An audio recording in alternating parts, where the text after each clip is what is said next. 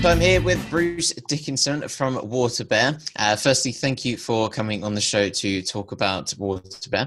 So WaterBear is a new college that's opened up in Brighton that was founded by yourself, Adam Bushell and Mark Claydon. The first question is, what's the drive to make this college such a reality for you?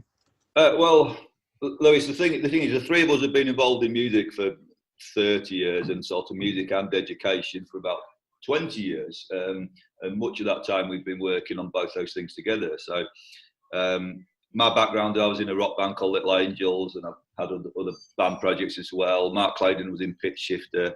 Adam Bushell's a professional drummer and he plays in Freak Power at the moment. So, so we're all full-on professional musicians. We always had this huge interest in education going back to the late 90s. And we've been sort of, I suppose you'd say, we've been at the forefront of it with places like BIM, which I set up with three of the other guys in 2001, and even before that, ACM in Guildford. But we've come together again in 2018 because it just felt like the whole thing needed a new way of, a more flexible approach to getting a degree in music or a master's. So it's about flexibility and smaller class sizes, and also kind of one-to-one mentoring, which we think is important. Okay, so when you say, yeah, that's why we just felt it needed to be done. Yeah, okay. So when you say smaller class sizes, I went to BIM in Brighton personally, and the class sizes were around about 30. So yeah, what would you constitute as a smaller class size than? There's a huge difference when you're teaching. You can really feel a dynamic shift when you go beyond 15, because there's a lot of difference between teaching a class of 15 and even 20. Because I think at the end of the day, you've got to know your students individually and know everybody by name. Yeah. Because these days, creatives all design their career paths themselves. And everyone's an individual, so the way you design your career will be different to the way I design mine. And also, no one can do it on their own, so everybody needs a little bit of help and mentoring. But you can't do that with a huge body of people. You've got to have an individual sit down and make a plan. So as well as a small class size of 15, you've also got to have plenty of one-to-one interaction, because it's just old-fashioned A&R, it's artist development, and the art of it is never to be telling people what to do. It's to ask the right question at the right time and create the right environment so people are challenged and tested in a kind of safe way. But they get to, people are, young musicians are very smart, very savvy. They'll figure it out if you create the right environment for them. Okay, that sounds interesting. So you're saying that so long as they've got the right tools to build on their careers, then they can really make something of it, especially at WaterBear, for example, where the class size is smaller, so you have more interaction. And I would agree with that personally whenever I have one-to-one interaction or I'm speaking to someone in a smaller class. Not only does it does feel more exposed, but at the same time, it does challenge you at the same time and trying to push you at the same time as well. I think you are right. It is a little bit more exposed. And I think, WaterBear, we are attracting a very, very high level of students, which is fantastic. And, I'll give you an example of something that I'm talking about. When you've got someone who's in a band and they've reached a glass ceiling and you're exploring ways for them to break through it, it's questions like, who exactly is your audience? Who would you be supporting? What's the lyrical content? What are you talking about lyrically? What's your song title? So it's all that kind of old. I mean, although WaterBear is very sort of innovative in its delivery model, the actual fundamental philosophy is very sort of old-fashioned, good old A&R skills, really, which is artist development. Yeah. Okay, so obviously, since starting the project, what's been the core objective of WaterBear, and so what have you wanted to stick to? So when you first came up with the college, what was the first thing that you wanted to make sure it stuck from? Well, the principles I've told you about the one-to-one, the flexibility. So there's a lot of practical stuff you then have to do. So me initially had to go out and do the Dragon's Den thing and sell the idea, So I mean, that's quite useful because I'll be teaching a lot of the business studies. So to have another round of gaining investment and writing a business plan and all that stuff that musicians sometimes you need to know it, and no one teaches you it, so you got to figure it out. So raise the money. But then there's a really interesting thing, sort of mechanically, is that we've designed the course so it fits around people's lives, so that someone can be an active working musician, particularly at master's level, but also at the BA level. So there's less timetabled on site, because every single lecture is delivered online, like we're doing now. And when we're on site, we're more or less into a discussion mode. So we're talking about these kind of concepts that we've already learned. So the idea of getting everyone together in a room to practice paradiddles or scales, or, it's kind of mental, because we already have that stuff on YouTube. We can just Google it. So it's a much more discussion-based, a bit more of a grown-up approach to a degree. But of course, we had to make that work practically. So we had to get the right kind of platform to deliver it. That's a lot of research, and we had to trial stuff. So we've trialed the MA with a partner college on the Isle of Wight platform 1. So a lot of testing and researchy stuff. And then the most exciting bit, which we're still in the thick of, you might hear some noises behind me because we're literally still building, doing the snagging. Oh, wow. We wanted an environment in Brighton that felt different. So the thing that makes me uncomfortable these days is seeing rows of seats. And the more rows of seats facing the teacher, who's supposed to be this like great sage with all the information, it makes me feel uncomfortable, because it's not how business or real work is done. We all sit round in smaller groups with a coffee and a Mac, coffee in one hand and a Mac in front of you, making things happen. And that's how education should feel now. So what the most exciting stuff is always putting the building together, and it feels a little bit more like a WaterBear classroom is a little bit more like a Costa Coffee type scenario, in that you've got little seats and round tables, so everyone can work together. I like that. So do you feel like there's going to be a shift in, I guess university education? So obviously I know college and university. So you're saying about it not just being all about one person, one sage. Do you feel like this is going to be more of a recurring theme, especially with you guys, starting it off? And I think so. I think there's other people, people who take education seriously have been thinking about these kind of concepts. And you see it in the more classroom layouts like I've described. I have seen it in a couple of more forward-thinking universities. But there's a very interesting parallel here to the music business. Music became free in the kind of, really by the sort of, 2004, 2005. Pretty much every young person was getting the music free, and there was all the Napster thing kicking off. And major labels reacted in the way that they did, by burying their head in the sands and thinking that people would still want to pay for music even though it was free, and then you got the collapse inwards of the industry's traditional structures. So now we've got a situation where knowledge is free.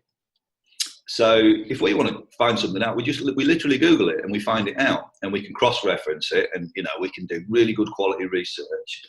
And yet universities are still selling knowledge at $9,000 a year, and haven't really got their heads around the fact that that's not the job anymore. Because I think this is happening in a lot of lecture rooms where a lecturer will say something and people just check it on the phones and find out they can get as good a quality information, if not better, just by Googling. Okay. So students are asking the question, what are we getting for our $9,000 a year? And I don't know if many universities are answering that question credibly yet. But of course, what a university's job is to do is to provide context and a community and contacts, and also a negotiated path through that massive amount of information. Because the downside is we've got all this stuff, and musicians are the biggest question we get asked all the time is, what should I practice? Because there's just too many options. So it's about the path, and it's, where do you want to be now? Where are you now? Where do you want to be? What's the path? And this is why you've got to get back to smaller class sizes, because everyone's an individual with their own path to follow. And that's with you, Mark and Adam. So you're all on that same wavelength as well. That this is all your same beliefs and how you want to teach now. And when did this sort of style become apparent to you then? And with the style we want to do with WaterBear, especially. I think we've all, for the past 5 years, we've been sort of feeling like some of the ways we used to teach is basically a pre-internet idea. Because people did need to find, a place to go and learn the right scales in the right order, and music theory and sight reading and, you know, music technology, because you couldn't do it on the internet back then. So, you know, those ideas were forged then. And I think it's gradually clicked over the last year, about a year ago, that we just said, no, this has to really has to happen. And we kept looking at different places, but we always come back to Brighton because it is a creative kind of centre. You know, it's like the UK's capital city for creative work, you know, and we just like being here, you know. Yeah, I mean, that was coming on to my next question, is why Brighton, and being at university there and living there when I was growing up as well. It's fairly self-explanatory. It's just a very creative city. You know, there's a lot of artists, a lot of creative businesses. I mean, there's a downside that everyone's in a band, so it's a tough gig. You know, if you want a gig in Brighton, but that's not the point. The point is you use Brighton as a place to forge your creative work, and then you export it to London. And, you know, we're close to London and the South Coast, and then it's the old story. You build from that. If you're a touring musician, you gradually link up the dots around the country. Yeah. And then obviously you've got the Great Escape Festival and other festivals like the Fringe Festival. Are you guys looking to partner up with them for your WaterBear students? We partner up with lots of things. I mean, they've never done the Great Escape, and it's for no other reason than I kind of live in the city, so I'm often going there as a punter, you know. But we partner up with various festival stages. We're about to announce Rambling Man Rising stage again, and the students on our degree course will run that stage. So it's about small numbers of really effective partnerships, and you know, this kind of work placement and actually getting physical, proper, real work is really important. Again, this is why the small numbers of students is important, because you need everybody to be hooked up doing some proper work fairly quickly. Yeah. You hear the building work behind me.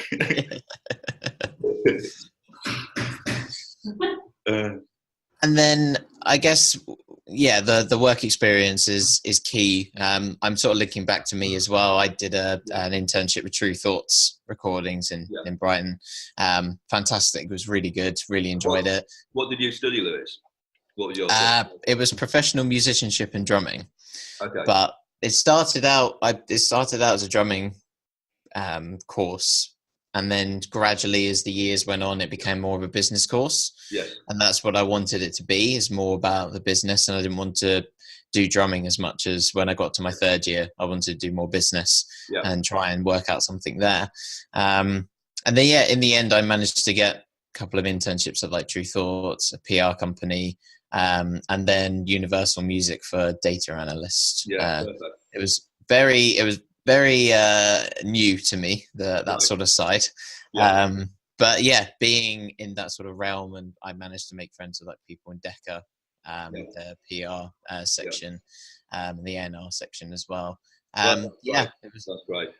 Yeah, and it was perseverance, and then life took a bit of a turn, and then me and the missus wanted to move away from sort of London and Brighton, just because I gave it a good go, and no one seemed to want to take on my skills. So I was just like, you know what, sod it, I'll go. And where are you now? Go somewhere else then. I'm in Cheltenham now. Okay, well, there's a lot of musicians in Cheltenham. There are, Cheltenham. I've got Bristol, Birmingham. So there's still a lot going on. This is, although we've talked about Brighton a lot, you know, the world is so connected now that it's perfectly possible to have a music career and hook up with the music community from anywhere. And we were very big on the distance learning thing. We've got students starting from all over the world in January, February. And, you know, if you take one example, the world of professional songwriting, people are writing songs across different time zones, so they've never even met each other, you know. So there's no barrier geographically anymore to a creative career. In the old days, you had to be down south, you know, in one of three cities, really, 3 or 4 cities. But now you can be anywhere. Yeah, and it's good that sort of universal escape has happened, as it were. So then everyone can actually connect together and make sure that the creative people in less known paths are noticed and seen and can work with people, say in London, for example. Absolutely. And also, you know, artists can connect with their audiences. So you could be living on the Shetland Islands as a recluse, and yet you could have a worldwide audience. And these days, creative careers, and, you know, musicians, what we're all looking for really is niche audiences that really get what you're doing. And again, there's artists that have a kind of boutique kind of career where they've got very small numbers of fans. You know, 1,000 to 10,000 fans can actually sustain a career these days because you've got the direct link to them. There's no publishers, record companies, managers anymore chopping off all bits of the revenue. You know, so this stuff can really work now. Yeah, I mean, when I did my internship last year, obviously it's with a major record label. It was very interesting, the projects that I was doing. It made me really see light into what a major label will be doing now. Yes. And they'll be getting together all the data and all the facts. Yeah. Because we were basically putting together questionnaires to send out to like 10,000 people, get them all back, and then create a project on like Ariana Grande, for example. Right. You see her new album with like the really long ponytail. Yeah. That was because of us, because we put together a question. It was like, right, what style do you like her most? Do you like the bunny ears, the cat ears, the long ponytail? And then they sort of adapted it so it would be more tailored to the audience and what they wanted, which is really interesting. Yeah, interesting. Nothing I've really seen before. But I know that I think it's just good quality research skills, isn't it? So funny enough, very degree like that. And also, I think we're still getting lots of organic bands that do it from an art school. You know, there's this barometer that swings backwards and forth between art and craft. And it's the same with business. The example that you've just given is very much a crafted approach to putting a product out. And there's other artists who just put stuff out that's purely driven by an artistic kind of, driver, and both can work. And sometimes the best research stuff can fail, funnily enough, and sometimes you know. So we're living in a very interesting industry because some aspects are fairly predictable and controllable, and other aspects are pretty wild. It's still a little bit like the Wild West, and I think that's why it's so exciting. I think one very good example of a artistic release that's just happened was the new Idols record. Right. The new Idols record is purely based on their thoughts and their if you've not listened to it yet, would highly recommend it. Right. It's purely based on their thoughts. There's a load of symbolism in it, and there's a lot of subjects that artists have never really touched on before. And it reached number 5 in the charts last week for just a 5-piece punk band from Bristol. And they talk a lot about just different subjects, but then 50% of their record sales came from vinyl as well. And again, purely driven because people connected on it with it in a different way that I've not really seen before. It was quite interesting to see the sort of level that people were connecting on it and really trying to push it.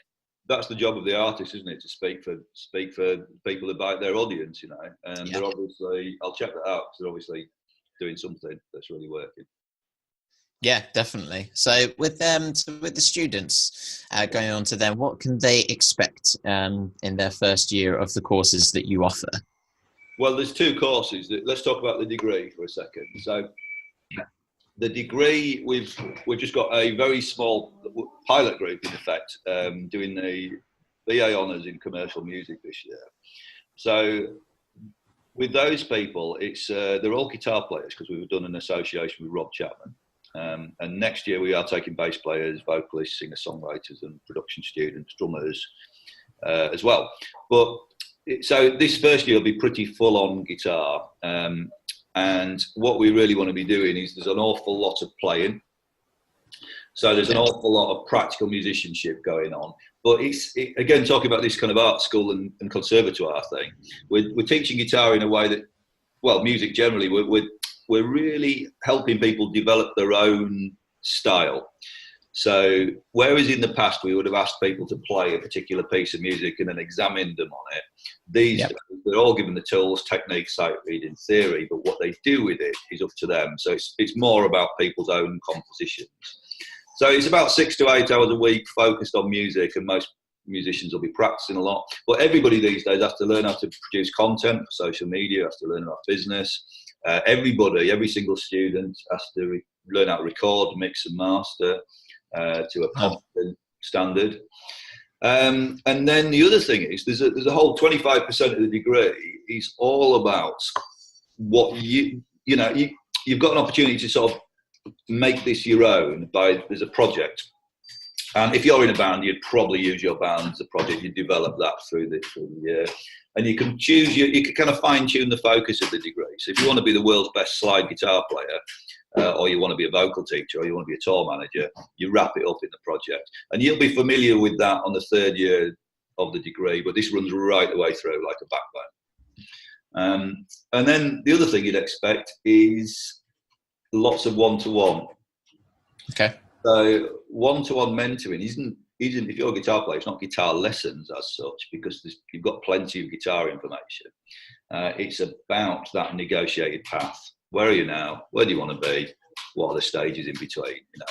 And 3 years on a degree is quite a nice amount of time to develop a career plan.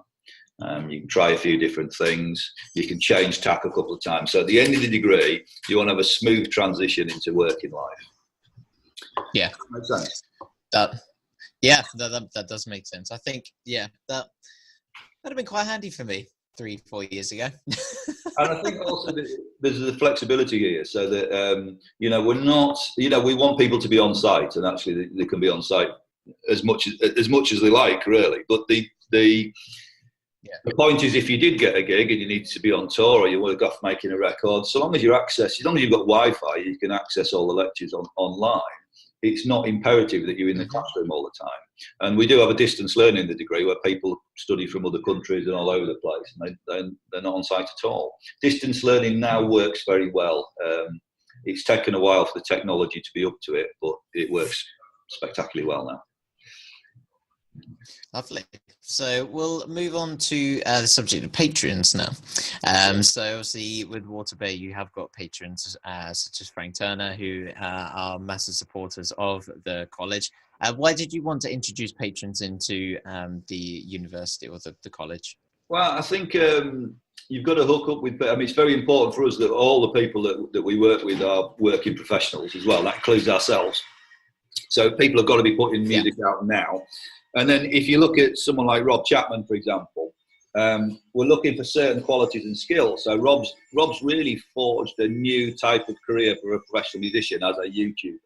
And he's very established and he's very generous with his knowledge and time. So his role is to help us factor that into the course, because it will be a big part, that whole online presence thing is going to be a big part of how musicians manage their career.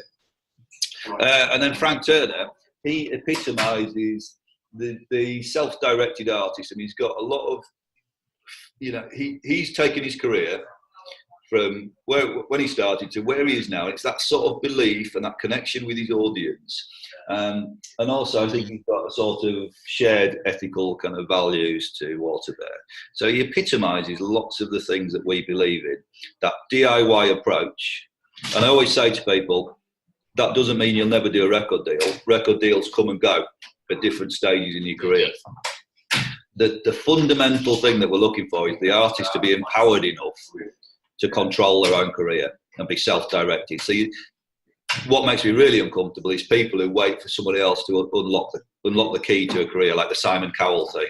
Will Simon Cowell let me be in the music business? Yeah. Well, it's nonsense. We're all in the music business already, because we can all connect with our audience. So we don't need a Simon Cowell. So I think someone like Frank is a sort of living example of that. Does that make sense? Definitely. Yeah, he's I'm a fairly big fan of Frank anyway, so I know how driven and his backstory as well and where he's come from. And it is sort of like that whole DIY approach. And yes. But these people they're very generous with their own time and knowledge and skills. You know, they come from the real modern thing. I think it's quite a dated concept that you kind of hold on to stuff and try and, you know, oh, it's my guitar lick, or it's my, you know, it's my particular set of knowledge. The way things are with modern culture is knowledge is free, and we all give it all out, and it's a karmic thing. The more you give, the more you get back, you know. And it sounds a bit like George Harrison there, but there's nothing wrong with that. No, definitely not. No, I mean, that is true. So I can think of, you know, with Frank and some of he does sometimes guitar tutorials on YouTube, and wants people to learn all his songs, and he wants people to even like learn the dance to Little Changes. He was happy to just sort of share all of that and try everyone to be an awkward dancer, for example. Yeah. But at the same time, he will happily give his time to talk to not necessarily the biggest, you know, news article or the biggest podcast, for example. But he's happy to share that knowledge, and I think that is a perfect example. Very much. I think culture's changed with the whole rock and roll thing. The hedonistic thing is sort of seen as quite kind of, I don't know, self-indulgent and old-fashioned, you know. And there was a band in Scotland about a year ago, and it was a kind of cautionary tale, really, because they trashed the dressing room. And they were just kids, so only like 17, but they suffered a terrible kind of internet-fueled kind of witch hunt as a result. But, you know, in my day, bands used to trash dressing rooms all the time, and no one cared, you know. But now you know, it's definitely different. People are more considerate. I think the level of the music is very, very high, and there's a kind of sense of responsibility with it, you know, and that you can see that with these artists who are wanting to share and give back a little bit. Yeah, and then obviously with sort of modern day technology, and you can make and record quite easily now, or a lot easier than you used to. So that's why the quality is so high. What would you say? What would you be saying to your students then to differ from trying to make the perfect record and trying to make the perfect artist record? It's very interesting. I mean, there's a lot of demos that are there's a certain sound. I mean, there's an awful lot of bands out there. That's the first point. Hundreds and hundreds and hundreds of bands, because it's so democratic. So when we run this little stage, I say little, it's quite a big stage actually now. On the rising stage of Rambling Man, for example, there will be 1,000 odd bands will apply for that. And there's a certain characteristics of their recordings. If you make it too perfect and everything's quantized up, it does downgrade it slightly, because it's so easy to do that. So you're looking for something with personality. There's still stuff to be learned from the way records were made in past times. There's a certain kind of, you go back to those old records from the 80s and 90s, there's an awful lot of stuff to be learned about quality production and engineering and arrangement. So the one area that I think is weaker now is actually songwriting and arrangement, because there isn't the process in place that there used to be with A&R men and radio in particular, because they were like, they sort of set the bar at a certain level. So now I think a lot of bands are working at a sort of not quite their potential, and what would be great is for them to search out the right producers to help them just push that, challenge themselves and push it up to the next level. Because the bands that get that real sort of quality in the arrangement and writing are the ones that kind of stick out and get through. So I think I would not be too concerned about the faffing around at home trying to make a masterpiece. It's more about lyrics, subject matter, arrangement, and making it great in that kind of primitive way. And you can refine it later. Lyrics and subject matter are hugely important. Definitely. I mean, when I'm trying to find music for my podcast, I try and look through all these different bands, and I can tell which ones don't really have that personality. Yes. And then it's the awkward thing where someone emails me and they say, "Oh, I'd really like to come on the podcast." Yes. But it's that I don't have that sort of personal drive to put them on there, and even interviewing them as well. You know, I can have an interview. I'm like, I can't. I have a reputation, and I try to pick out the best music that I feel is my podcast. And yes, I think as well, Lewis, there's something interesting with old records. There's a certain glue that you get from working on tape and those big desks and all that kind of stuff. And you know, I've made a record recently where I tried to recreate that. And you can do it, you know, you go into a studio like Rack or something and you can make a nice old tapey record. But essentially, you're reproducing the 70s, so no one really cares. But where it's really exciting is the mix between old and new. So, I mean, Jack White is a fairly recent example of someone who can really mix old styles of recording with new and come up with something that's great. And I think that, not, you know, taking the best bits of the past and the, you know, looking ahead is a really nice place to be. And I'm particularly like that kind of expensive lo-fi thing you get with you know, people are realizing now that plugins do a job, but they don't do the same job as the hardware. It's the same with analog synths, and it's the same with guitar gear. And sometimes it's great to use the plugin or the Kemper amp. Sometimes it's nice to heat up some valves and get some air moving. Yeah. So obviously I've had this conversation with quite a lot of people, and people are starting to talk the same and give the same answer, and that they know that it's not all there, and that the production isn't as good as it used to be, and the quality isn't good to be. So why do you think people still aren't changing as quickly as we would like them to, and probably go back to that sort of old route and not trying to make everything perfect? I think it's money, actually, as much as anything. Money and practicalities. I mean, you know, anyone can go into Rack, but it's going to cost you a grand a day, you know. And however, if the band's good enough to record guitar, bass, and drums fast, so a band comes up to, goes into Rack for two or 3 days, puts the bass, drum, and guitar down, then he goes into Pro Tools. You know, that's still a very exciting way of doing things. But of course, it's hard for young bands to know what's possible. That's why it's a really powerful thing when you get people of different generations. So I'm very pleased with the WaterBear master students. We've got people who lived through the glory days of the 80s and 90s and know how to edit on tape and, you know, with a razor blade and all that kind of stuff. Good, yeah. And then they're working with someone like George Donahue, who's 25 and runs a modern studio commercially today. You know, you put the two things together and everybody learns from everybody, and it's a very powerful thing. So I think the answer to that question is this kind of cross-pollination across the generations is the best thing that could happen to music right now, because there are some skills from the 70s, 80s, 90s, 2000s that we shouldn't lose. Yeah, no, I completely agree. So a couple more questions then. So after this first year is finished, what would you like WaterBear to achieve in this time? I think we've got to take this idea, this concept, and we've got to have the most amazing year with the students that have invested in us, because it's a massive leap of faith for them. So we really feel that talk is cheap, isn't it? And what we've got to do now is make sure these students have an amazing time and transition into some incredible experiences, and then the rest of the thing will take care of itself, you know. So it's just about being really good. It's as simple as that. It sounds simple. It is like music, though, isn't it? It's like, you know, you've got to write a good song and make a good video and be good live. And it's the same with the music college. You've got to write a good course, you've got to deliver, and you've just got to be good. Yeah. It sounds like a simple formula. yeah, you know, and I think stick to the guns, you know, because the thing with music, we've all know, been involved in other colleges, if you get it right, it grows really quickly, but there has to be a discipline. And you can only, the thing is, you can only help a student if they've already got stuff going on.